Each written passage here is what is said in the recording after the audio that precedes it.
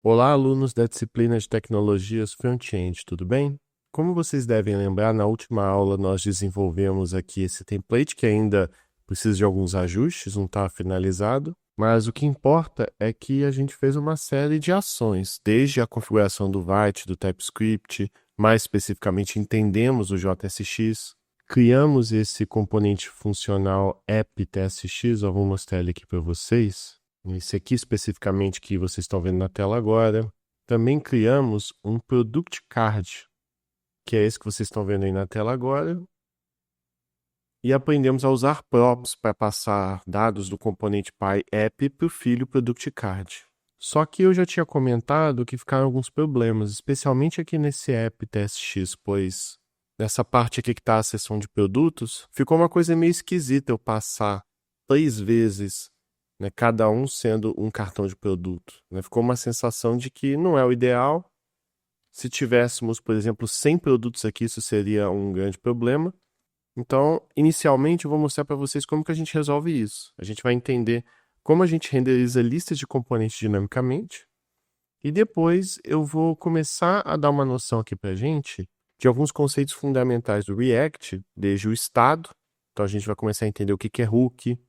A gente vai usar uma hook envolvendo estado, que é o useState, pois a gente precisa ter recursos para que o nosso componente consiga lembrar de informações e reagir a mudanças, já associando aí o nome do React, que é reagir a essas mudanças. E vou começar a mostrar um pouquinho mais de como tornar a nossa aplicação interativa lidando com eventos. Na primeira aula eu mostrei que a gente clicava num botão e realizava ações, e aqui a gente vai começar a fazer coisas do tipo, né? Como a gente vai lidar com eventos, por exemplo, envolvendo clique, digitação, e vamos fazer isso já fazendo ajustes. Vamos tentar tornar essa aplicação aqui uma espécie de catálogo de produtos e já fazer alguns devidos ajustes para a gente chegar nesse ponto. Antes de iniciar a aplicação de fato, eu só queria fazer uma mudança, pois eu acabei não comentando muito na videoaula anterior que não ficou muito bom, nossa aplicação não está centralizada ainda. E uma forma que eu percebi depois analisando o código é que a gente colocou esse div class name container fluid envolvendo toda a página, esse header para o nosso cabeçalho e uma div que contém toda a aplicação.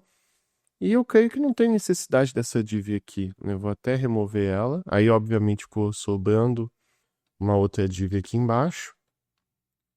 E com isso, a gente tem o nosso main aqui. Esse main, ele está separadinho do footer, tá vendo? Isso aqui faz bastante sentido. E aí, uma coisa que faltou que é importante também, ficou esse index CSS original que tinha sido gerado pelo projeto básico, e vamos remover ele, pois para os nossos propósitos aqui não vamos usá-lo. E só de fazer isso, a gente já consegue resolver uma série de problemas que tinha na nossa aplicação, especialmente essa questão do centralizado, né? Então agora está tudo centralizado bonitinho, do jeito que a gente queria. E agora então vamos voltar ao nosso app.tsx.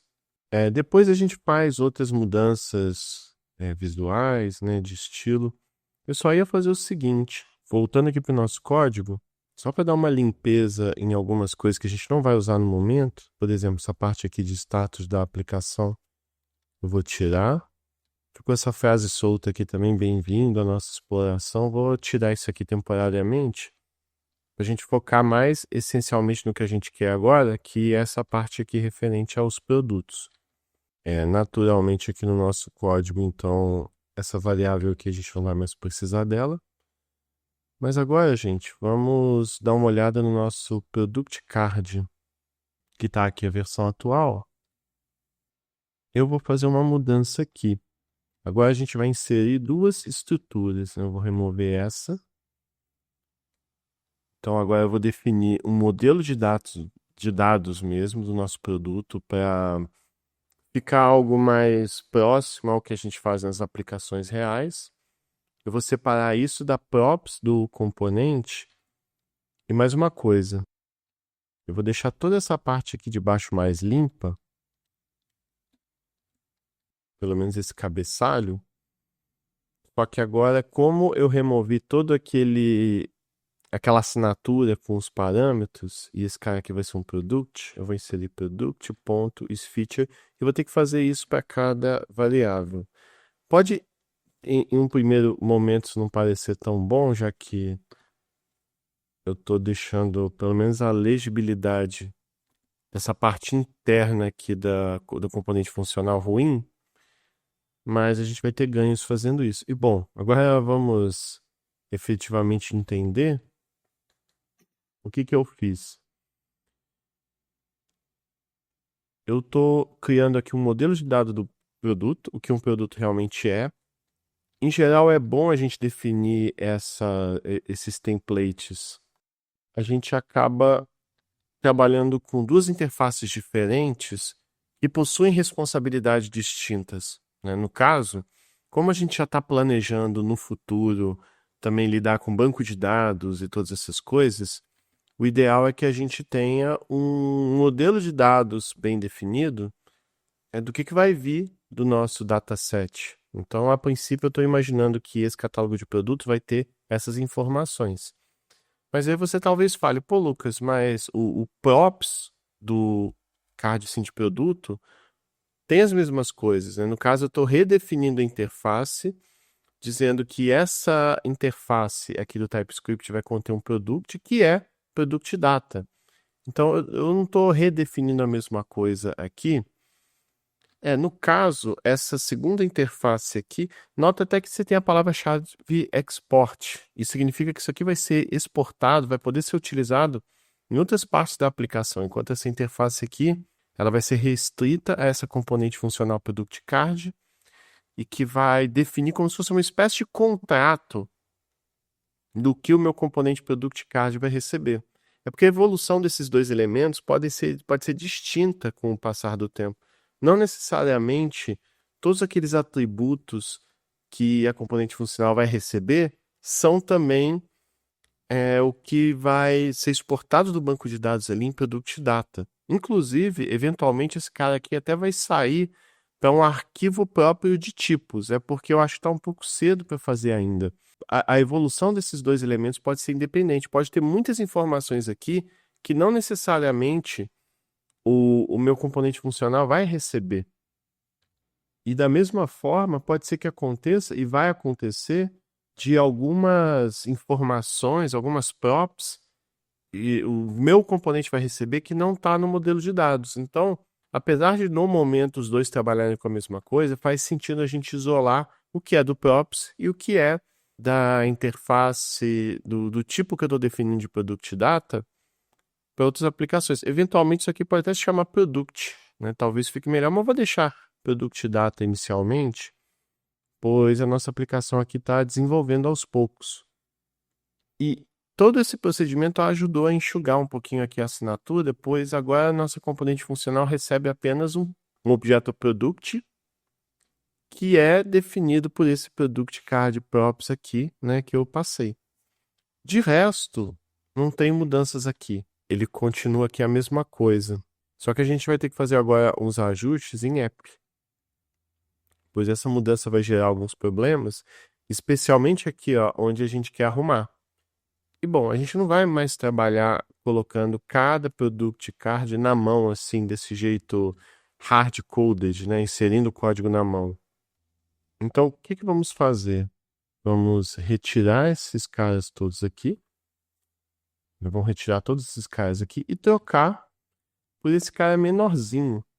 Caramba, Lucas.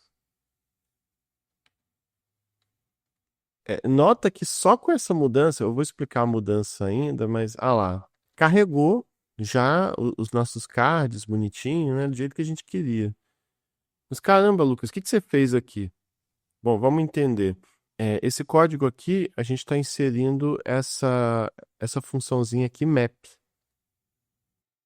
O map, ele é um método poderoso que tem no JavaScript e outras linguagens também, e acaba funcionando como uma espécie de um loop interno. Na verdade, é até uma maneira de você implementar algo relacionado ao paradigma funcional. Mas, em resumo, o que ele faz? A gente sabe que products é o array, aquele array que a gente definiu lá em cima com todos os nossos produtos. Quando a gente chama map, é cada item do meu array, eu estou renomeando ele para product, então cada item do meu array vai ser um product, e cada product ele vai sofrer essa seguinte transformação aqui, né? Ele vai aplicar essa função aqui que eu selecionei naquele product. E o que que é isso? É você produzir a renderização da componente funcional product card, passando um key. O que que é um key? Ele é um identificador, é um númerozinho que a gente vai gerando. A gente pode até ver aqui em cima que está um pouco simples, mas eu estou colocando ID1, ID2, ID3. É importante que cada objeto ali do meu array tenha um ID único. Só até antes de eu entrar nesses detalhes da chave que é importante, nota que a gente está passando props aqui, mas agora a gente condensou todo as informações referentes a produto nesse product. Pois vamos lembrar que a gente já definiu lá no nosso product card que a componente funcional recebe apenas um product, que é aquele product card props. Então, como esse product card props bate com esse product data aqui, acaba ficando mais enxugado no código a passagem dessas informações aqui. Então, eu acabei fazendo uma escolha para limpar todo esse código. E vocês viram, né, a diferença de linhas de código que deu aqui. Mas uma coisa que é chave para a gente poder fazer essa componentização dinâmica e essa renderização dinâmica é esse key aqui. Tanto que se eu tentar retirar esse key aqui, ó, lá, vamos supor, apaguei esse key. Pode à primeira vista parecer que não tem problema, mas aparece uma série de erros na minha aplicação, né? Erros diversos, né? Mas aqui embaixo, especialmente, você pode olhar. Cada filho no meu React DOM, naquela lista deve ter uma key única. Então, deixa eu consertar aquilo ali de novo.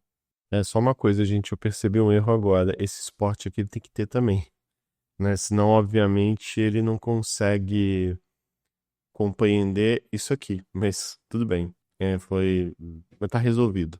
Mas vocês viram que apareceu aquele erro ali de key? E esse erro de key, na hora que a gente faz uma renderização como essa usando o map, a gente tem que passar essa chave. Quando o React ele renderiza uma lista de elementos como essa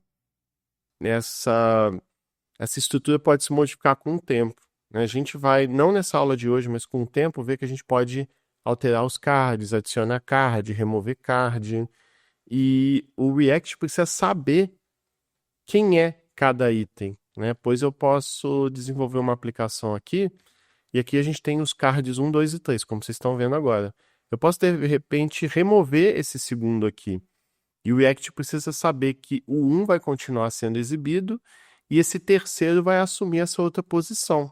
Então, cada card, ou melhor dizendo, cada componente ali, quando a gente está trabalhando numa lista, fazendo essa renderização, para ser possível a gente editar, remover ou adicionar com o tempo, o React precisa saber quem é quem. Senão, ele vai acabar não sabendo qual produto foi removido.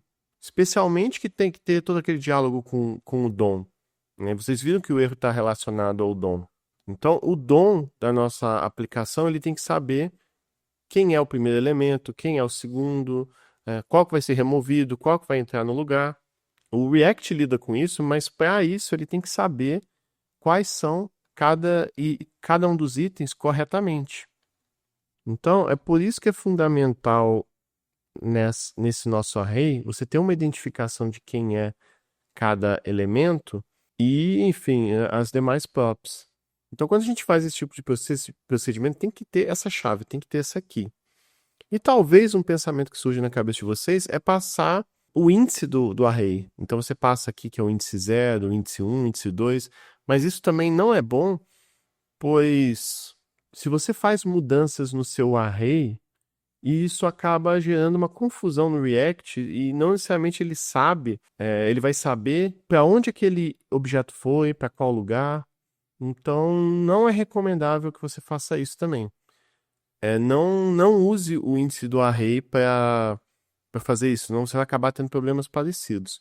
O ideal realmente é você definir um índice para cada objeto, por exemplo, ali da forma que a gente fez. Tudo bem que a gente foi numerando 1, 2, 3, talvez fizesse mais sentido na hora que a gente criasse cada objeto, a gente vai somando mais um. É porque, na verdade, também eu estou omitindo algumas informações, já que na nossa aplicação os elementos não vão vir desse jeito, né? O correto é ter uma API que a gente diz, né? Uma interface de programação de aplicação, ou seja, a gente vai acessar algum link, né, algum serviço web que vai entregar o objeto com todas essas informações aí para a gente. Aí a gente pode, de repente, criar um código que vai somando mais um para cada ID, ou às vezes essa informação já vem do objeto, mas enfim, a gente vai receber isso de uma API, de um banco de dados, não sei, esse vetor bonitinho, aí fazer esses ajustes da ID e tudo mais. A gente nunca vai escrever os produtos diretamente no código igual a gente está fazendo, né? Porque especialmente quando a gente estiver trabalhando na parte back-end, aí vamos lidar com isso de um jeito mais claro. Então, reforço que esse identificador, essa chave, ela tem que ser única e estável para cada um dos seus dados. Pode ser algo do banco de dados, algum atributo que é fixo. Não necessariamente ela precisa ser um número 0, 1, 2, mas tem que ser uma informação única. Ela não precisa ser passada como uma própria para componente, e geralmente é o primeiro atributo por convenção. E independente do que aconteça, né, você renderiza sua aplicação de novo, ela se modifica, aquela key tem que ser sempre a mesma para cada componente ali em questão. Você pode combinar campos para produzir uma key única, você pode de repente usar atributos únicos, como um código de produto único, CPF, ou IDs do banco de dados, que também é algo que funciona muito bem. Então, beleza, gente. Eu espero que tenha ficado claro essa primeira parte. Olha como o nosso código ele ficou simples, ficou elegante, a gente não precisou fazer muitas mudanças no Product Card. Tá tudo aqui e sem erros, né? É sempre bom a gente conferir se tem erros no nosso código, não tem. Então, dito isso, vamos agora para a segunda parte aqui dessa videoaula, que é discutir essa parte de usar estados, né, o use state, e começar a trabalhar com eventos também. Uma outra coisa que talvez surja, né, antes até da gente passar, é talvez um pensamento, eu não poderia usar um for adicional aqui, Lucas? Até dá, mas fica um pouco enrolado. O ideal mesmo, você não vai conseguir ter um resultado. Você acaba perdendo um pouco de legibilidade para quem não tem tanto conhecimento de um JavaScript mais moderno e de algumas linguagens mais modernas, mas você não vai conseguir ter um resultado tão conciso, tão expressivo do que você quer fazer, se não trabalhando com map. Então, por mais que seja possível, eu recomendo que você siga os padrões que os desenvolvedores React usam. Eu não comentei também, mas aqui essa setinha a gente está trabalhando com uma maneira mais simplificada de a gente escrever código, né, que é o arrow function. Isso aqui é uma função, a gente está definindo realmente uma função aqui, só com uma outra nomenclatura. Eu estou passando esse parâmetro product e aqui eu estou executando a função de fato.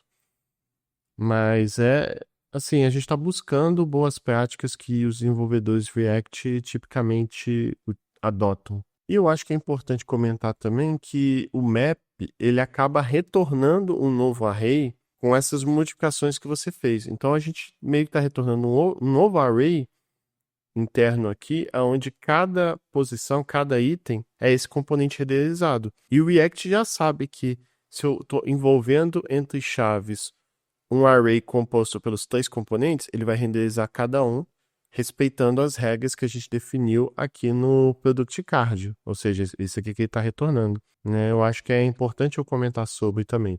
Mas beleza, dito todas essas coisas, vamos começar a focar agora no use state, né, nessa hook aí que a gente está trabalhando. Pois até agora, esses componentes que a gente desenvolveu, beleza, eles recebem dados via props e renderizam. Mas e se a gente quiser fazer algo como o componente armazenar alguma informação, lembrar de algo? Por exemplo, se um botão foi clicado, qual texto está num campo de busca, quando eu digito alguma coisa e aperto, aquela informação é guardada. Tudo bem, a gente vai... vou usar uma variável aqui para isso então, né, Lucas? Existe, na verdade, um recurso interno dentro do React que é mais organizada do que você simplesmente declarar variáveis soltas para fazer o que você precisa, especialmente se for algo ligado ao que você está renderizando na sua página, um botão que você renderizou, clica. E uma boa forma de você fazer isso é com o conceito de estado, que é o state, que em resumo é a memória interna de um componente. As props, elas são basicamente algo que vem de fora e são somente leitura. Eu tinha até dito isso na aula passada, que o props é somente leitura, mas enquanto o state mesmo, ele é gerenciado dentro do componente, então ele não vem de fora, e ele pode ser modificado e deve ser modificado, né? Isso é fundamental. Então agora a gente vai importar. Esse import React, igual a gente discutiu, não precisa. Mas a gente precisa importar aqui o useState from React para poder utilizá-lo. E o que nós vamos fazer é justamente inserir esse array aqui de produtos para ele ser o nosso estado, já que faz sentido. O elemento que a gente quer inserir, ou melhor, o elemento que a informação que a gente quer, os dados que a gente quer armazenar na memória e poder modificar com o tempo, é justamente esse array de produtos, que ele usa esse product data. Só que agora eu percebi, a gente precisa importar ele, né? Então a gente coloca aqui o product data, beleza. Então agora a gente envolve ele aqui entre chaves para saber que é algo que é a interface que a gente exportou do outro componente e ok, sumiu aquele erro ali. E isso aqui é fundamental, gente, pois agora a gente vai ter algo flexível para adicionar um componente, melhor dizendo, adicionar um item desse array, excluir, modificar. Agora a gente pode fazer uma festa aqui nesse array e fazer alterações lidando com a nossa interface ali, com o nosso front-end. Mas aqui tem alguns conceitos que são importantes a gente comentar. O useState, ele sempre retorna um array, nesse cara aqui, o useState, ele sempre retorna um array com dois elementos. Ele retorna sempre duas coisas aqui para a gente. Um é o valor atual do estado, então tipicamente vai ser o seu vetor, vai ser sua variável, enfim, a informação que você está armazenando na memória, e uma função que permite atualizar esse estado. Então essa função setProducts aqui, a gente está definindo o método que vai permitir modificar esse array de produtos. Então sempre são esses dois elementos aí que aparecem quando a gente define um estado. E beleza, quando a gente define um estado, a gente tem que formar o tipo dele, então esse tipo aqui vai ter que bater com esse products aqui, pelo menos nesse contexto aqui que a gente está trabalhando com o TypeScript. Então esse tipo aqui precisa bater com o do products, e aqui dentro dos parênteses eu coloco o valor inicial, que é o array com todas as informações, as props que depois a gente vai usar para renderizar ali os nossos cards. Implicitamente aqui ele faz uma desestruturação, você está dividindo assim dois elementos para pegar esses dois valores aí. Isso é fundamental também. A gente só vai modificar esses produtos agora via setProducts. A gente não pode modificar de outra forma, senão isso também vai gerar problemas no nosso React. Então a gente só vai modificar ali com aquele setProducts. Então vamos fazer uma brincadeirinha aqui para a gente mudar aquele estado. Eu vou criar um método aqui que eu chamei de addNewProduct, que a princípio a gente depois precisa criar um botão, alguma coisa para conectar, que o próprio nome já diz tudo. A ideia é você conseguir adicionar facilmente um novo produto. Claro que aqui está muito simples ainda, depois a gente vai adicionar o produto inserindo informações aqui dinâmicas, soltas, genéricas. Observa só, a gente está criando um novo produto aqui, imutável, constante, que vai ser um product data. E esse product data aqui, ele vai ter quais atributos? Né? Lembrando que a gente tem que respeitar religiosamente o que a gente definiu naquele product data. Então, vai ter a ID, que vai ser simplesmente o comprimento do vetor mais 1. Isso vai funcionar bem, pois à medida que a gente, vamos supor, remover elementos, inserir elementos, a gente vai ser capaz de sempre atualizar ali dinamicamente corretamente.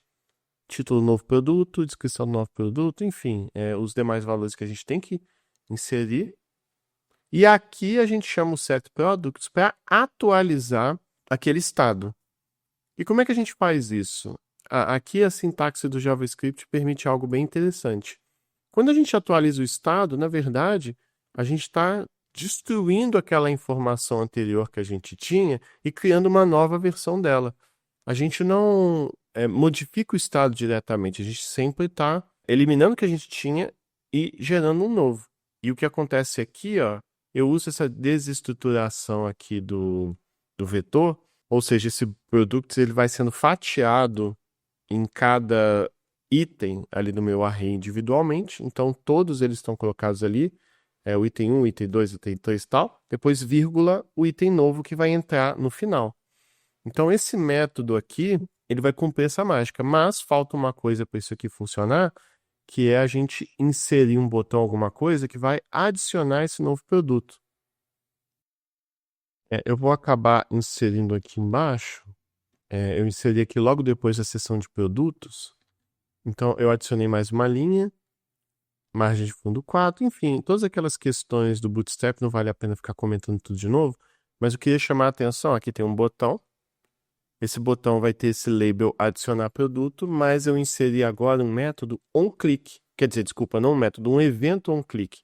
Então agora a gente já começa a discutir um pouquinho também essa parte de eventos no React, pois a gente precisa, para alterar o estado, ter algum jeito de, na aplicação, a gente interagir e mudar.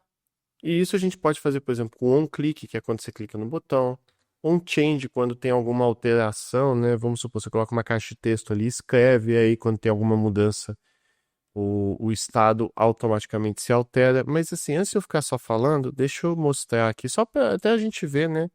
Se tá tudo certo. Ah lá, agora surgiu esse botão adicionar produto, tá até pequeno, né? Podia ter de repente aumentado, mas ó, eu aperto adicionar produto, ele adiciona um produto, claro, assim, a gente sem poder editar ainda.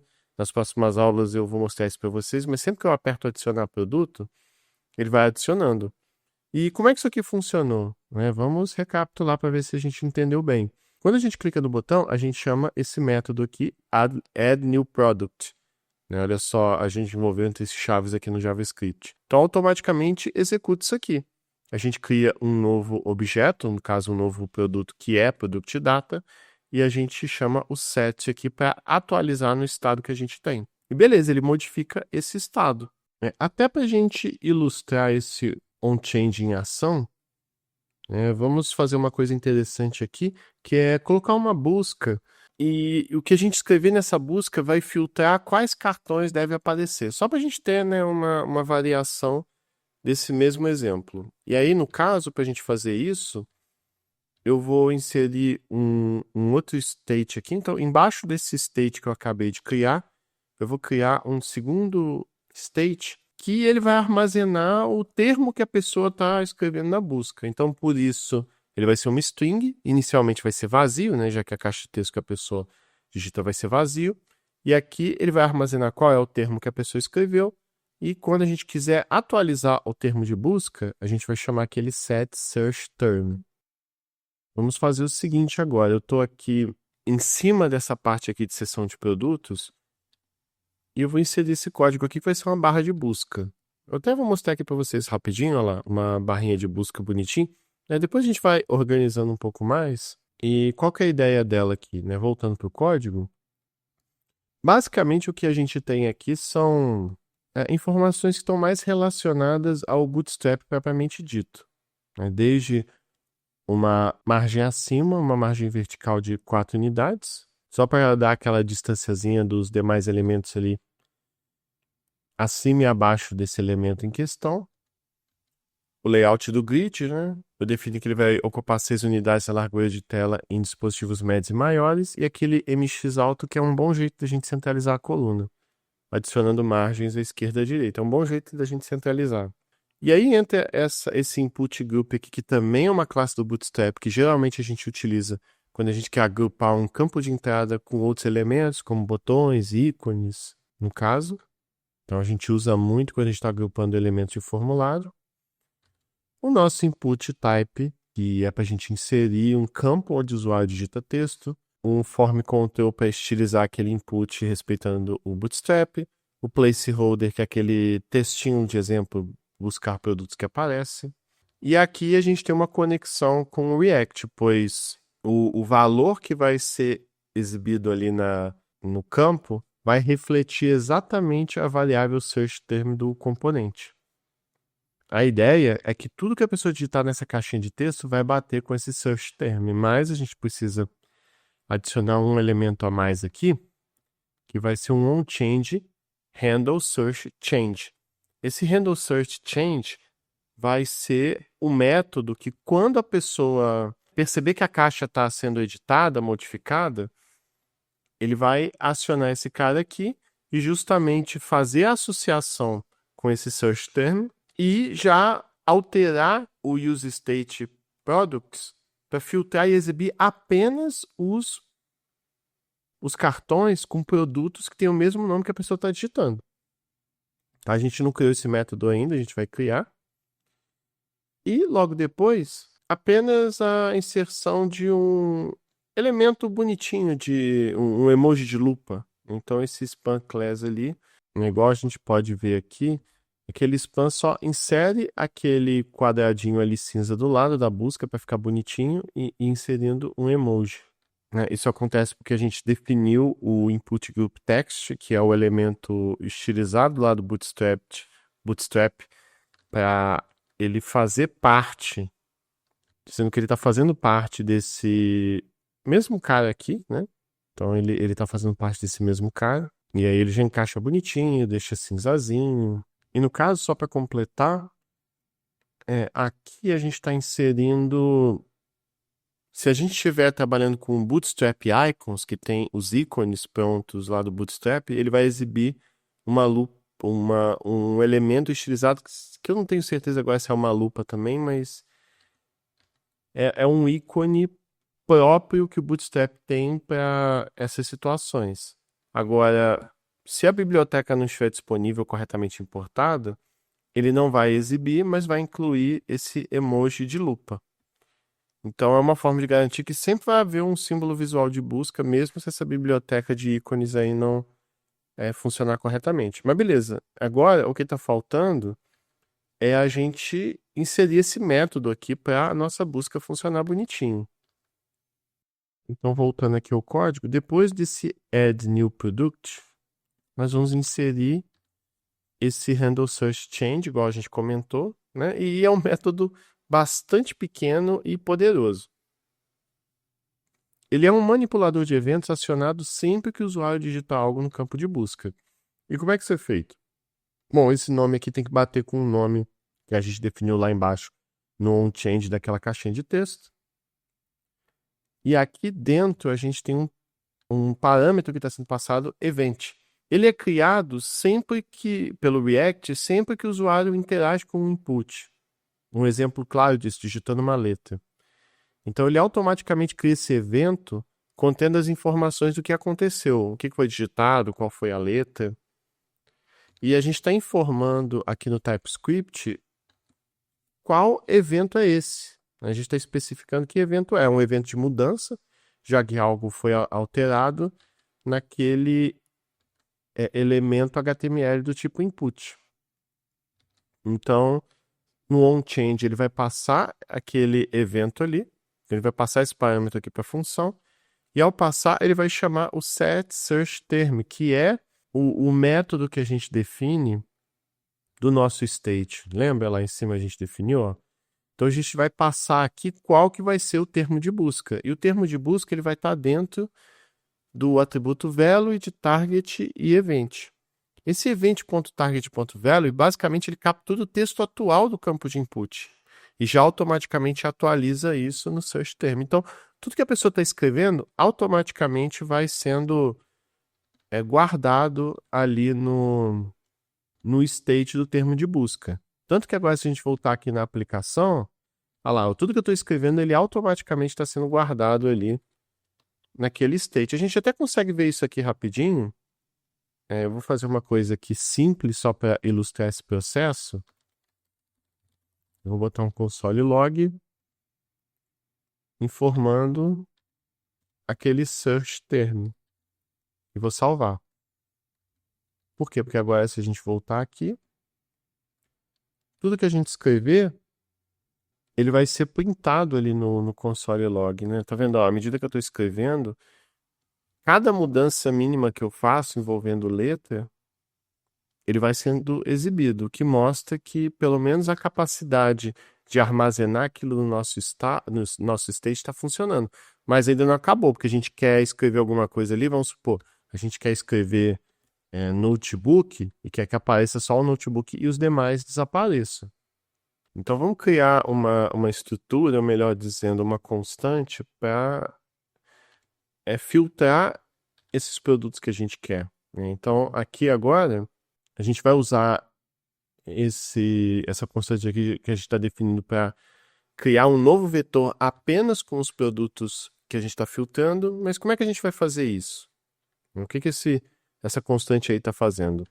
Essa constante utiliza um método que é no estilo do método map, só que agora a gente está trabalhando com esse método filter, que o próprio nome já está indicando, ele filtra apenas os produtos que correspondem a um critério de busca que a gente vai definir. Então, da mesma forma, esse ponto filter, ele vai criar um novo array em relação ao array original, só que respeitando algum critério que a gente define. Que critério vai ser esse? Bom, a gente está criando um novo array function passando product vai ser cada item de products, e a filtragem vai ser essa aqui que a gente está definindo. Ela vai pegar o título do produto, lembra que a gente tem vários campos, o título, que é o nome do produto, ele vai converter para minúsculas. E por que a gente faz isso, Lucas? É só para a busca funcionar, independente do usuário ter escrito com maiúsculas ou minúsculas. Porque senão, se você escrever notebook em maiúsculas ou notebook em minúsculas, ele vai considerar como duas informações diferentes. Então, ele está pegando cada produto do state original products, pegando só os títulos, convertendo para minúsculas e verificando se o que está sendo passado por parâmetro está incluso, ou melhor dizendo, se para é como se fosse um if aqui. Cada produto ele está verificando se o nome está incluso nesse termo de busca aqui também convertido em minúsculas. Acho que o melhor jeito de explicar isso aqui é com exemplo. Vamos supor que a pessoa na busca escreveu note, né? Note ali no caso do notebook. Então ele vai verificar se o nome do produto já em minúsculas inclui esse termo aqui. Então, se o produto for, por exemplo, casaco, sei lá. Casaco não tem note, então vai ser falso para aquele elemento. Agora, se o próximo produto for notebook, ele vai ver que, bom, note está incluso, ele faz parte do título notebook, já que note é uma subpalavra de notebook, então ele vai incluir. Então, esse que inclui o termo, ele vai ser retornado. Você vai estar produzindo um novo array apenas com os produtos que tenham um nome, pelo menos parcialmente ou completo, daquele termo de busca. Então, ele só vai retornar as palavras que incluem esse termo ali de busca. E ok, vamos testar isso funcionando. Para a gente testar isso aqui funcionando, vamos voltar aqui na seção de produtos e fazer uma pequena alteração aqui, para ele já exibir apenas os produtos filtrados. Então, eu troquei aqui um pouquinho o código. Eu coloquei aqui um if ternário que faz uma verificação. Observa que agora, na hora de exibir e renderizar, eu só estou lidando com filtered products, que já é os produtos filtrados. Até antes disso, né, de explicar, vamos só ver aqui em ação.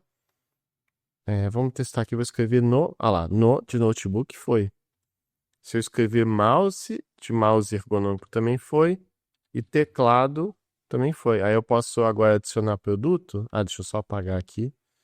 Eu adicionei produto, novo produto. Se eu escrever novo, apareceu só o novo produto. Então, está funcionando. Mas vamos entender por que essa mudança aqui no código funcionou.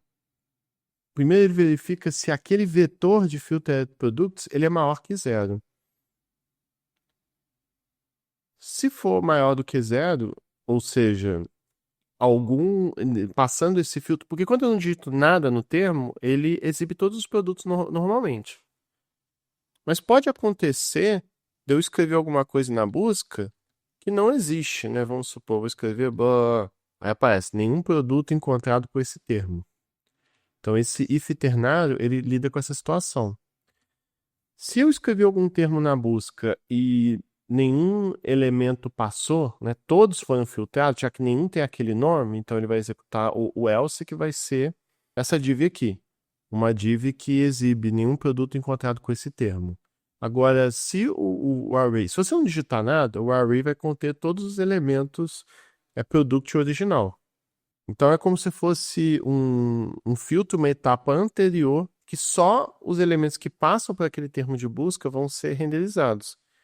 E aí ele renderiza como? Do mesmo jeito que havia sido feito antes, só que aqui não vai ser mais products, vai ser fielded products.map. E ele faz o mesmo procedimento que tinha feito antes. Ele mostra os produtos filtrados ou uma mensagem quando nenhum deles é encontrado. Mas assim, como é que é feito assim, passo a passo essa atualização, só para ficar bem claro? O usuário vai digitar alguma coisa no campo de busca, né? E quando ele digita alguma coisa no banco de busca, ele atualiza esse estado. Então ele já vai, em tempo real, ele armazenando. Qualquer mudança automaticamente está representada em search term, que é convertido em minúsculas, e eu verifico quais produtos daquele array de produtos original contém esse termo aqui. Todos que contêm, eles vão estar armazenados no filtered products, que é o array contendo apenas os produtos que contém esse termo na busca, tá? Então ela sempre é recalculada considerando esse termo. E se o termo estiver vazio, vai passar todos. Então esse filtro está sempre sendo executado. E aí, beleza. Aí depois disso é só o procedimento normal aqui. Ele vai aplicar o map, ou seja, ele vai renderizar cada card contendo apenas aqueles elementos filtrados na busca. Então, a ideia foi exibir 2 exemplos simples de como a gente gerencia estados e lida com eventos para criar coisas interessantes aí no React. E eu espero que vocês tenham gostado aí, que tenham achado interessante. A gente vai continuar aí nas próximas aulas com alguns recursos mais avançados aí do React e atualizando essa aplicação aí que a gente está desenvolvendo para ficar com mais cara de catálogo de produtos. E é isso, valeu e muito obrigado.